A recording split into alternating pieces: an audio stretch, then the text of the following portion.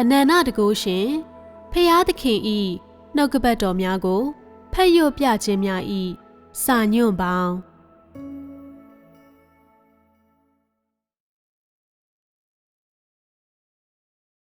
ဖယားသခင်ဤပေါ်ထွန်းခြင်းသည်ခေတ်တစ်ခေတ်ကိုအစာပြုခဲ့၏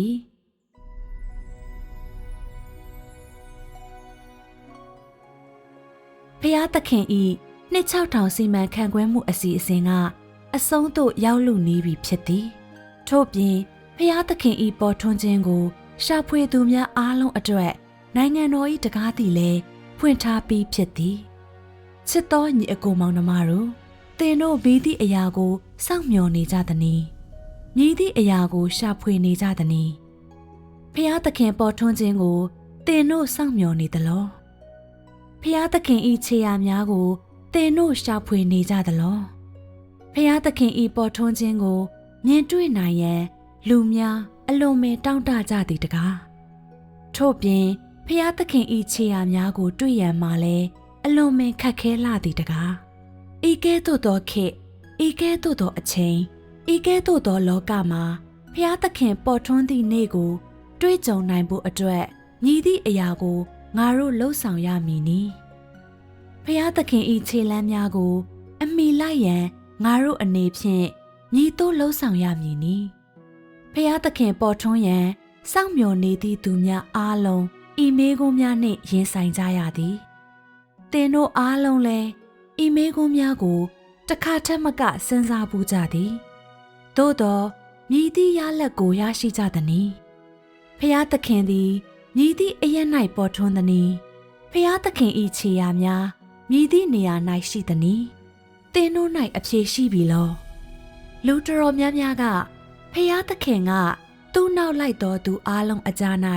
ပေါ်ထွန်းပြီးကိုရောဤခြေရာများသည်လည်းကျွန်ုပ်တို့အကြား၌ရှိသည်ထိုမြပင်ရိုးစင်းလာသည်ဟုဖြေကြမည်ဖြစ်သည်မည်သူမဆိုပုံတင်နည်းထဲထည့်ပြီးထွက်လာသည့်အဖြေမျိုးကိုပေးနိုင်ပါသည်သို့သောဖျားသခင်ဤပေါ်ထွန်းခြင်းသို့မဟုတ်သူ၏ခြေရာများဟုဆိုရာ၌အဘယ်အရာအားဆိုလိုသည်ကိုသင်တို့နားလည်ကြသလောဖျားသခင်ဤပေါ်ထွန်းခြင်းဟူသည်မှာဖျားသခင်ကသူ၏အလုပ်ကိုကိုယ်တိုင်ကိုယ်ကြလုံးရန်အတွက်လောကသို့ဆိုက်ရောက်လာခြင်းကိုရည်ညွှန်းသည်ခေတ္တခေတ်ကိုအစာပြုသည့်အမှုနှင့်ခေတ္တခေတ်ကိုအဆုံးသတ်သည့်အမှုတို့ကိုလှုပ်ဆောင်ရန်သူ၏ကိုယ်ပိုင်လက္ခဏာနှင့်စိတ်သဘောထားထို့ပြင်သူနည်းသူဟန်နှင့်လူသားများထဲသို့သူဆင်းကြွလာသည်ဤပေါ်ထွန်းခြင်းမျိုးသည်အခမ်းအနားအသွင်တစ်ခုမဟုတ်ပါယင်းမှာသင်္ကေတတစ်ခုလည်းမဟုတ်ပုံဆောင်မှုတစ်ခုအံ့ဩဖွယ်တစ်ခုသို့မဟုတ်ခမ်းနားသည့်မြင်ကွင်းတစ်ခုလည်းမဟုတ်ပေထို့အပြင်ဘာသာရေးဖြစ်စဉ်မျိုးတာ၍ပင်မဟုတ်ပေ၎င်းသည်စစ်မှန်သည့်အချက်အလက်တစ်ခုဖြစ်ပြီးကင်တွယ်တိုးထိနိုင်သောမည်သူမဆိုမြင်နိုင်သောအရာဖြစ်သည်ဤပေါ်ထွန်းခြင်းမျိုးသည်ဟန်ဆောင်လုံးပြခြင်းအလို့ငါမဟုတ်ပေသို့မဟုတ်ရေတိုလှုပ်ဆောင်မှုအလို့ငါမဟုတ်ပေစင်စစ်အားဖြင့်သူ၏စီမံခန့်ခွဲမှုအစီအစဉ်အတွင်းရှိအလုံးအစင်တဆင့်အလို့ငါဖြစ်သည်ဖျားသခင်ဤပေါ်ထွန်းခြင်းသည်အမြဲအတိတ်ပဲရှိသည့်အပြင်သူ၏စီမံခန့်ခွဲမှုအစီအစဉ်နှင့်လည်းဆက်ဆက်မှုအချို့အမြဲရှိသည်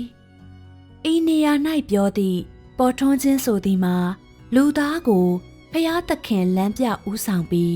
ဉာဏ်အလင်းပေးသည့်ပေါ်ထွန်းခြင်းနှင့်လုံးဝမတူပါဖျားသခင်သည်မိမိကိုမိမိထုတ်ဖော်ပြသည့်အချိန်တိုင်း၌ကြီးမြတ်သောသူအလုပ်၏အစဉ်တဆင့်ကိုလှုပ်ဆောင်လေရှိသည်ထိုအလုပ်သည်အခြားမည်သည့်ခေတ်၏အလုံးနှင့်မဆိုကွဲပြားခြားနာသည်လူသားအနေဖြင့်မစင်စားတတ်သည့်အလုပ်မည်သည့်အခါကမျှမကြုံတွေ့ဘူးသောအလုပ်ဖြစ်သည်၎င်းသည်ခေတ်ဟောင်းကိုအဆုံးသတ်ပြီးခေတ်သစ်တစ်ခေတ်ကိုအစားပြုသောအလုပ်ဖြစ်သည်လူတို့ကဲတင်ခြင်းရဖို့အတွက်အသစ်သောအလုပ်ပုံစံတစ်ခုတာ၍ကောင်းသောအလုပ်ပုံစံတစ်ခုဖြစ်သည်ထို့အပြင်လူသားများကိုအသစ်သောခေတ်ထဲသို့ပို့ဆောင်ပေးသည့်အလုပ်လည်းဖြစ်သည်ဖျားသခင်ဤပေါ်ထွန်းခြင်းမှာထိုသဘောကိုဆောင်သည်ဖျားသခင်ဤပေါ်ထွန်းခြင်းမှာအဘယ်အရာအားဆိုလိုသည်ကိုသင်တို့နားလည်သွားသောအခါ ဖျားသခင်ဤခြေရာများကိုတင်တို့မြည်တို့ရှာဖွေတဲ့သည်။ဤမေးခွန်းမှာဖြည့်ရှင်းရန်မခတ်ပါ။ဖျားသခင်ပေါ်ထွန်းသောနေရာတိုင်း၌ဖျားသခင်ဤခြေလမ်းများကိုတွေ့ရမည်ဖြစ်သည်။ထို့သောအဖြေကရိုးစင်းသည်ဟုထင်ရသည်။သို့သောလက်တွေ့လှုပ်ဆောင်ဖို့ရန်လွယ်လာသည်ကမဟုတ်ချေ။အဘယ်ကြောင့်ဆိုသောများစွာသောလူတို့သည်ဖျားသခင်ကသူကိုယ်သူမြည်သည့်အရက်၌ထုတ်ဖော်လိုကြောင်းသို့မဟုတ်မြည်သည့်အရက်၌သူထုတ်ဖော်တင်ကြောင်းကိုသိရန်မဆိုထားနှင့်ဖျားသခင်သည်သူကိုယ်သူမြည်သည့်အရက်၌ထုတ်ဖော်သည်ကိုပင်မတိကြသောကြောင့်ဖြစ်သည်အချို့ကလည်းတန်ရှင်းသောဝိညာဉ်တော်အမှုပြုသောနေရာတိုင်း၌ဖျားသခင်ပေါ်ထွန်းသည်ဟုစိတ်ကူးပေါက်ရာယုံကြည်ကြသည်သို့မဟုတ်ပါကဝိညာဉ်ရေးရာ၌ထင်ရှားသောပုဂ္ဂိုလ်များရှိသည့်နေရာတိုင်း၌ဖျားသခင်ပေါ်ထွန်းသည်ဟုယုံကြည်ကြသည်သို့မဟုတ်ပါကလူသိများသောလူများရှိသည့်နေရာတိုင်း၌ဖျားသခင်ပေါ်ထွန်းသည်ဟုယုံကြည်ကြသည်လက်တလောတွင်မူထိုသို့သောယုံကြည်မှုများသည်မှန်သလောသို့မဟုတ်မှားသလောဟုသည့်အချက်ကိုအသာထားကြအောင်စို့ထိုသို့သောမေးခွန်းကိုဖြေရှင်းရန်အတွက်ပထမဦးဆုံးအနေနှင့်ငါတို့၌ရှင်းလင်းသောရည်ရွယ်ချက်ရှိရပေမည်ငါတို့သည်ဖျားသခင်၏ခြေရာများကိုရှာဖွေနေကြခြင်းဖြစ်သည်ဝိညာဉ်ရေးရာ၌ထင်ရှားသောပုဂ္ဂိုလ်များကိုငါတို့ရှာဖွေနေခြင်းမဟုတ်ထင်ရှားကြော်ကြားသောပုဂ္ဂိုလ်များ၏နောက်သို့လိုက်နေကြခြင်းတာ၍ပင်မဟုတ်ပါ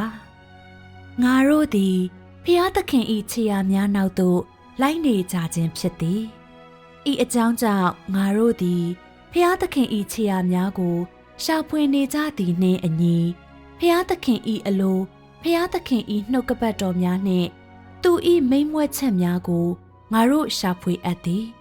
အဘယ်ကြောင့်ဆိုသောဖျားသခင်မိန့်ကြားသည့်အသစ်သောနှုတ်ကပတ်တော်များရှိသောမြည်သည့်နေရာ၌မဆိုဖျားသခင်၏အတန်ရှိပြီးဖျားသခင်၏ခြေလမ်းများရှိသောမြည်သည့်နေရာ၌မဆိုလဲဖျားသခင်၏လှုပ်ဆောင်မှုများရှိသောကြောင့်ဖြစ်သည်ဖျားသခင်၏ဖော်ပြချက်ရှိသောနေရာတိုင်း၌ဖျားသခင်ပေါ်ထွန်းပြီးဖျားသခင်ပေါ်ထွန်းသောနေရာတိုင်း၌လမ်းခရီးတမန်တရားနှင့်အသက်တို့တည်ရှိသည်ဖျားသခင်၏ခြေရာများကိုရှာသောအခါ၌ဖျားသခင်သည်လမ်းခရီးဖြစ်၏တမန်တရားလည်းဖြစ်၏အသက်လည်းဖြစ်၏ဟူသည့်နှုတ်ကပတ်တော်များကိုသင်တို့လစ်လူရှုခဲ့ကြသည်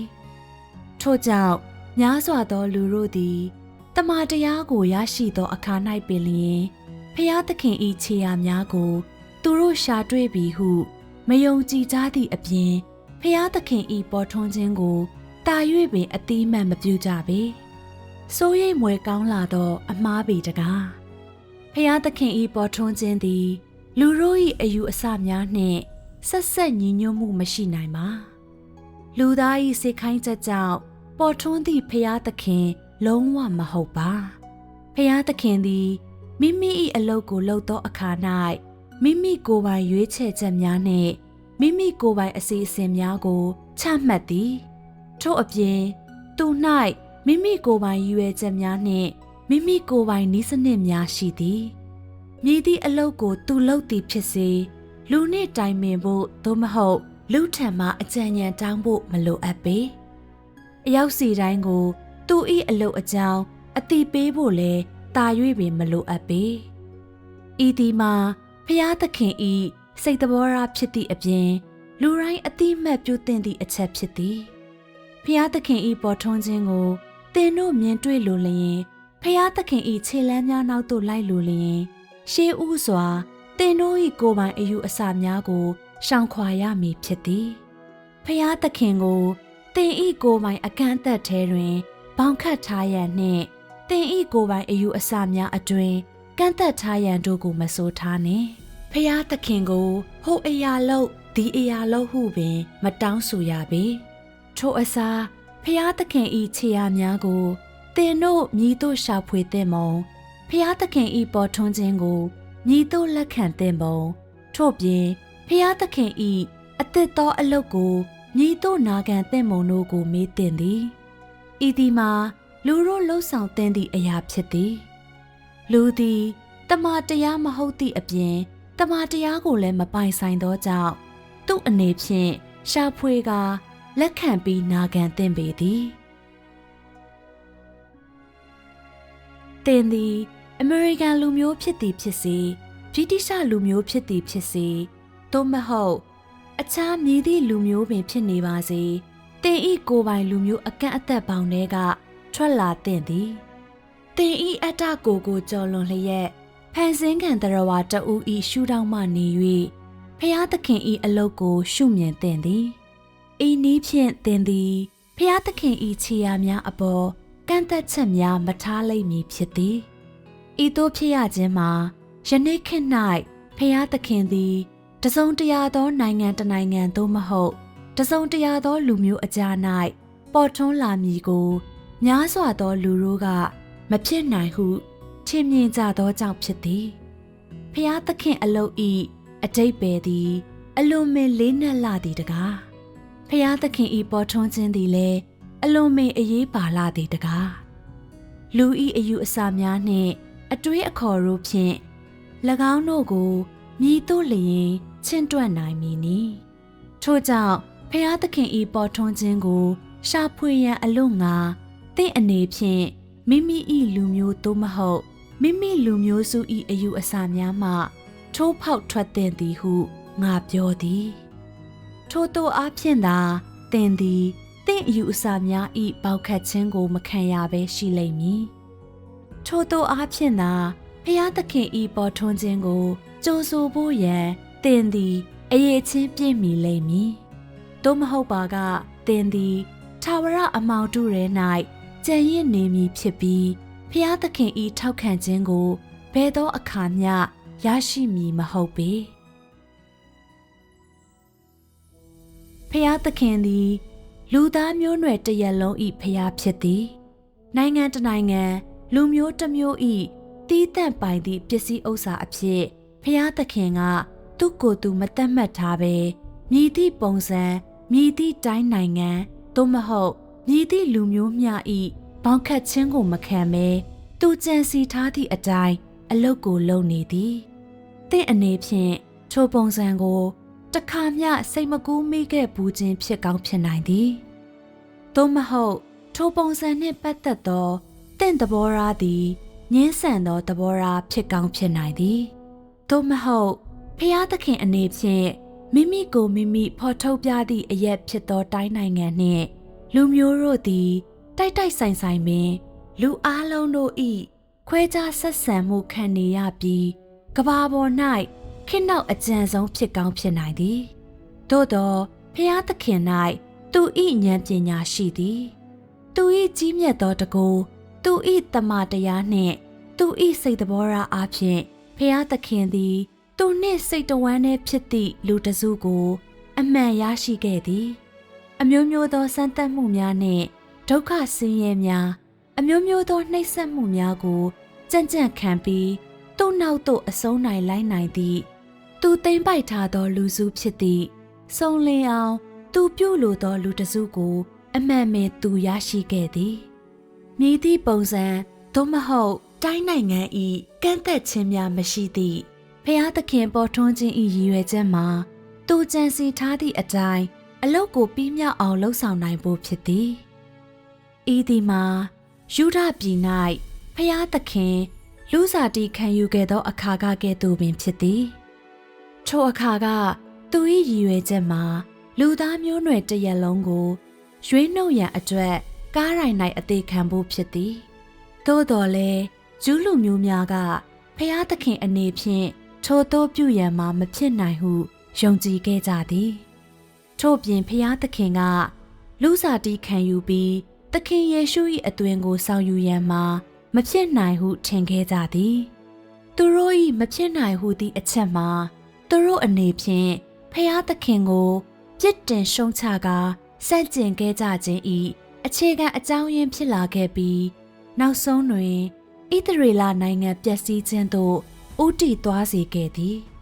ယနေ့ခေတ်၌လည်းများစွာသောလူတို့သည်အလားတူအမှားမျိုးကိုကျူးလွန်ခဲ့ကြသည်ဖ ဖျားသခင်ပေါ်ထွန်းမိအချိန်နီးပြီဖြစ်ကြောင်းကိုအစွမ်းကုန်ကြေညာကြတော့လေတစ်ချိန်တည်းတွင်ဖျားသခင်ဤပေါ်ထွန်းခြင်းကိုပြစ်တင်ရှုံချကြသည်သူတို့ဤမဖြစ်နိုင်ဟုသည့်အချက်ကသူတို့စိတ်ကူးနိုင်စွမ်းဤ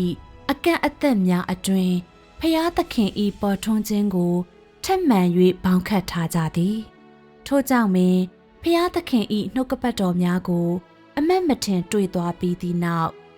ရုပ်ကြမ်းကျယ်လောင်စွာနှင့်အတော်မသက်ရေမောထကြသောလူများစွာကိုငါတွေးပူးခဲ့ပြီသို့သောထိုရေမောခြင်းသည်ဖျားသခင်ကိုပြစ်တင်ရှုံချပြီးစော်ကားခဲ့ကြသည့်ဂျူးလူမျိုးများ၏လုံရက်နှင့်ဘာမျှမခြားနာပါတမန်တရား၏မျက်မှောက်၌သင်တို့သည်ရိုသေလေးမြတ်ခြင်းမရှိကြပေထိုထက်မကသင်တို့၏သဘောထားမှာလည်းတမန်တရားကိုတောင်းတသည့်သဘောထားမျိုးတာ၍ပင်မဟုတ်ပေသင်တို့သည်မစင်းစားမစင်ခြင်းပဲ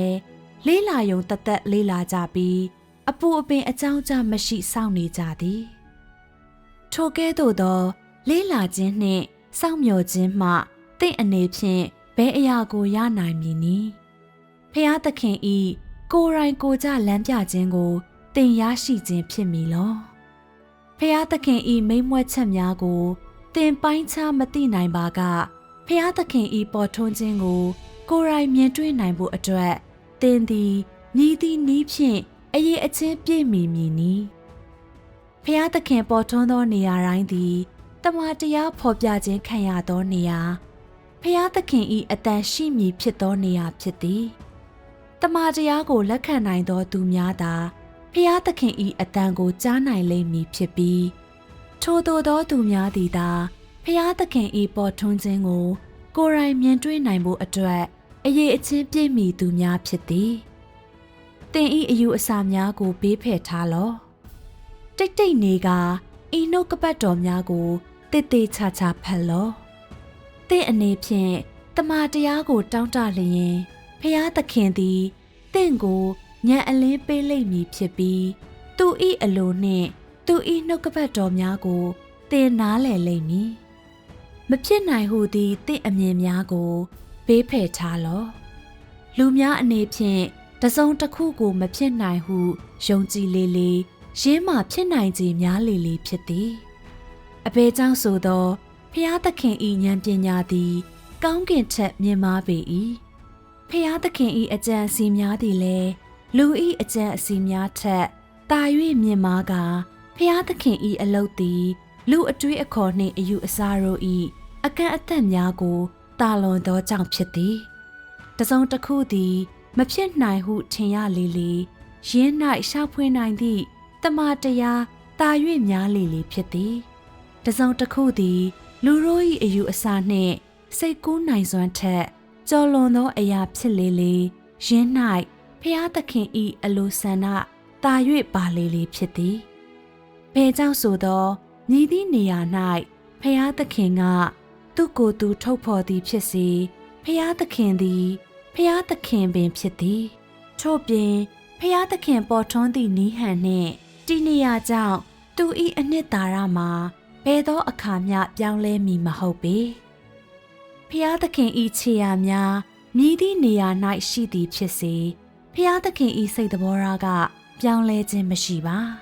ထို့ပြင်ဖျားသခင်၏ခြေရာများမြည်သည့်နေရာ၌ရှိသည်ဖြစ်စေဖျားသခင်သည်လူသားအလုံး၏ဖျားသခင်ဖြစ်သည်ယင်းအချက်မှာသခင်ယေရှုသည်ဣသရေလလူမျိုးတို့၏ဖျားသာမဟုတ်ဘဲအာရှဥရောပနှင့်အမေရိကတိုက်ရှိလူအလုံး၏ဖျားဖြစ်သည်သာမကစัจ java ရာတစ်ခုလုံး၌တစုရဲသောဖျားဖြစ်တဲ့ကဲ့သို့ပင်ဖြစ်သည်ထို့ကြောင့်ဖျားသခင်၏အလိုကိုငါတို့ရှာဖွေကြပါစို့ဖျားသခင်၏ပေါ်ထွန်းခြင်းကိုသူ၏မိန့်မြွက်ခြင်းများထဲတွင်ရှာဖွေကြပါစို့ထို့ပြင်သူ၏ခြေလမ်းများကိုအမိလိုက်ကြပါစို့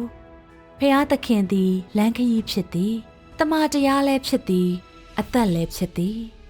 သူ၏နှုတ်ကပတ်တော်များနှင့်သူ၏ပေါ်ထွန်းခြင်းတို့သည်တပြိုင်တည်းတည်ရှိကြသည်သူ၏စိတ်သဘောထားနှင့်ခြေရာများသည်လည်းလူသားများအဖို့အစဉ်လမ်းဖွင့်ပေးထားသည်ချစ်တော်ညီအကိုမောင်နှမတို့ ဤနှုတ်ကပတ်တော်များထဲ၌ဖျားသခင်ဤပေါ်ထွန်းခြင်းကိုသင်တို့မြင်နိုင်မည်ဟုငါမျှော်လင့်သည်ခေတ်တစ်ခေတ်ထဲသို့သင်တို့ရှေ့တိုးလျက်လှမ်းသွားသည်နှင့်ဖျားသခင်ဤခြေလမ်းများနောက်သို့စတင်လျှောက်လှမ်းပြီးဖျားသခင်ဤပေါ်ထွန်းခြင်းကိုစောင့်မျှော်နေကြသူများအတွက်ဖျားသခင်ပြင်ဆင်ပေးထားသည့်လှပသောကောင်းကင်သစ်နှင့်မြေကြီးသစ်စီသို့ဝင်ရောက်ကြလိမ့်မည်ဟုငါမျှော်လင့်သည်